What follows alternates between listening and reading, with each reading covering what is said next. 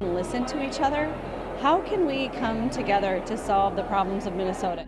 It was 2 a.m. on a quiet Saturday morning in Brooklyn Park, Minnesota. The doorbell rang at State Representative Melissa Hortman's home, but the person at the door wasn't delivering good news. Dressed in police uniform with flashing lights on his vehicle, he looked official. He looked trustworthy. What happened next would shatter 2 families and send shockwaves through an entire state. Within hours, Melissa Hortman and her husband would be dead, and another lawmaker would be fighting for his life. Melissa Hortman wasn't just another politician. At 55, she had dedicated her life to public service, working her way up to become Speaker Emerita of the Minnesota House. She was a mother, a wife, someone who genuinely believed in making her state a better place. She woke up every day determined to make this state a better place. She is irreplaceable and will be missed by so many. Husbands have been killed while State Senator John Hoffman and his wife are recovering after surgery. Now, police are searching for the suspect who escaped after a shootout with officers. Minnesota Governor Tim Walz said it was an act of political violence. We're here today because an unspeakable tragedy has unfolded in Minnesota. My good friend and colleague, Speaker Melissa Hortman and her husband Mark, were shot and killed early this morning in what appears to be a politically motivated assassination. Our state lost a great leader, and I lost the dearest of friends. Speaker Hortman was someone who served the people of Minnesota with grace, compassion, humor, and a sense of service. She was a formidable public servant, a fixture and a giant in Minnesota. She woke up every day determined to make this state a better place. She is irreplaceable, and we've been missed by so many. Minnesota's thoughts and prayers are with her family, her loved ones, her children, and her parents. My prayers also go out to State Senator John Hoffman and his wife Yvette, who were each shot multiple times. The Hoffmans are out of surgery at this time and receiving care, and we are cautiously optimistic they will survive this assassination attempt. This was an act of targeted political violence. Peaceful discourse is the foundation of our democracy. We don't settle our differences with violence or at gunpoint. In the state of Minnesota, and as recently as last week, in the most closely divided state legislature in the country, we sat down, we worked things out, we debated, we shook hands and compromised, and we served the state of Minnesota together. We proved that it's possible, even in these politically charged times, to find compromise and adhere to the principles of democracy and civil discourse. We must all, Minnesota and across the country, stand against all forms of political violence. Colleagues would later say, 5 miles away in Champlin, 60-year-old State Senator John Hoffman was asleep with his wife, unaware that the same nightmare was about to visit their doorstep. Both lawmakers served District 34, Hortman in the House, Hoffman in the Senate. They were neighbors, colleagues, and friends who had spent years working side by side for their community. Their Saturday morning routine should have been coffee, newspapers, maybe plans with grandchildren. Instead, a man dressed as a police officer showed up at their homes, exploiting the one thing that should represent safety and protection. The first shooting happened at Hortman's Brooklyn Park home. During that exchange of gunfire.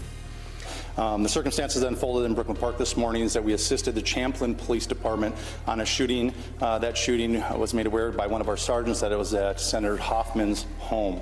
In hearing that very intuitive sergeant asked our officers to go check on Melissa Hortman's home, the representative that lives in our community, just proactively as due diligence to swing by. That police officer and his partner pulled down the street when they arrived at Melissa's house. They noticed that there was a police vehicle in the driveway with the lights, emergency lights on, and what appeared to be a police officer at the door coming out of the house. When our officers confronted him, the individual immediately fired upon the officers, who exchanged gunfire, and the suspect retreated back into the home. Was this an actual police officer or an impersonating police officer? Yes, the question is, was it a... The gunman, impersonating law enforcement, gained access to the house. Melissa and her husband never had a chance to run, never had a chance to call for help. Within minutes, both were shot dead in their own home, the place where they should have been safest. The suspect's vehicle looked like a police car, complete with police lights, sitting in Hortman's driveway. A chilling detail that shows how calculated this attack was, but the nightmare wasn't over. About 5 miles away in Champlin, the same gunman arrived at Senator Hoffman's home. John Hoffman and his wife were both shot multiple times, left bleeding and fighting for their lives as the gunman disappeared into the night. Impersonating a police officer. It was not a real police officer. This is somebody that clearly had been impersonating a police officer, again, using the trust of this badge and this uniform to manipulate their way into the home. So, Chief Ruley, Jenna Shortle, Pier 11, the person not only was wearing a badge, posing as a police officer, when they approached their victims, they had a car with lights and sirens? Yes, the question is what kind of vehicle, how were they dressed? They did drive a vehicle that looked exactly like an SUV squad car. It was equipped with lights, emergency lights that looked exactly like a police vehicle. And yes, they were wearing a vest with taser, other equipment that would, a badge very similar to mine, that no question if they were in this room, you would assume that they are a police officer.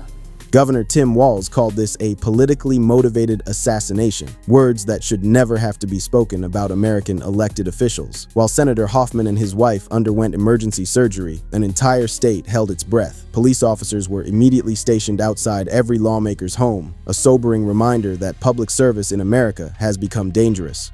Attempt. This was an act of targeted political violence. Peaceful discourse is the foundation of our democracy. We don't settle our differences with violence or at gunpoint. In the state of Minnesota, and as recently as last week, in the most closely divided state legislature in the country, we sat down, we worked things out, we debated, we shook hands and compromised, and we served the state of Minnesota together.